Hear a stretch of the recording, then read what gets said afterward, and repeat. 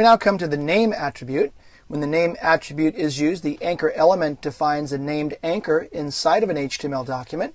These link not just to specific pages on the web, but to specific locations within those pages. Named anchors are not displayed in any special way. In fact, they're invisible to the reader. There are two components. There must be an anchor with a hyperreference attribute, like the links that we saw previously. There also must be an anchor with a name attribute, which specifies a location in the document with a unique name. The first anchor points to the second anchor.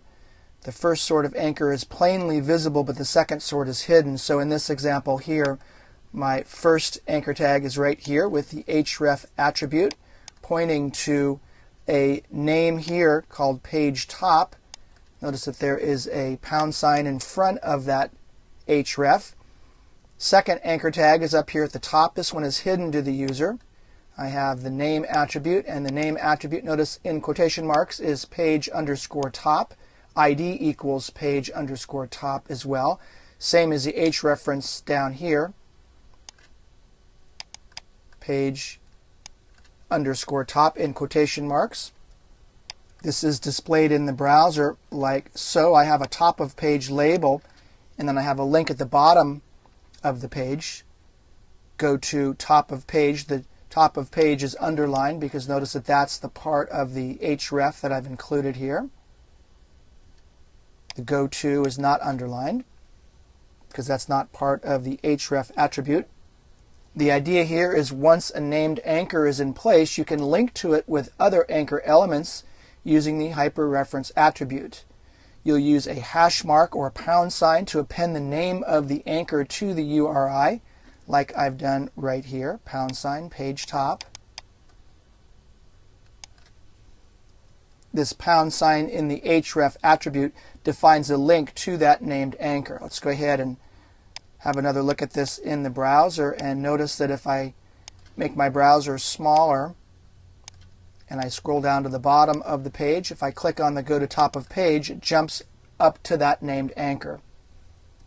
So these named anchors are often used to create table of contents at the beginning of a large document.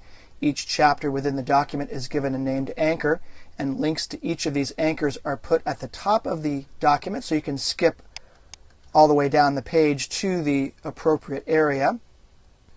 If a browser can't find a named anchor that has been specified, it just goes to the top of the document and no error occurs. Here are some additional examples, starting with the code for writing a named anchor into a document. The opening anchor tag, name attribute equals tips in quotation marks. Close off the opening anchor tag with a greater than sign. Useful tips section is the section of the page that I'm labeling, and close off the anchor tag. Here is an example of a link to the useful tips section from the same document. href equals # tips in quotation marks. That's an href to the named anchor that I set up over here. This will be in a different section of the page. This is what the user will see on the page. Jump to useful tips section. Close off the anchor tag, so when they click on that link, it'll jump up to this section of the page. Wherever this anchor tag is here, the browser will jump to there. The last example is a link to the useful tips section from another document. So I set up my anchor tag. My href equals the address of the page that I'm linking to.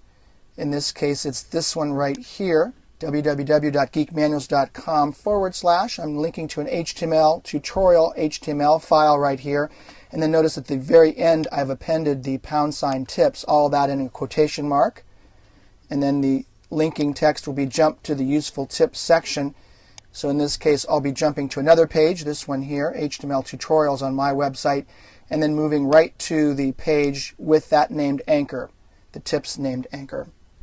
So there you have 3 examples of using the name attribute. 1 to set up the name, and then 2 to link to that section of the HTML page with that named anchor. 1 from the same page and 1 from another page external to that website or to that web page.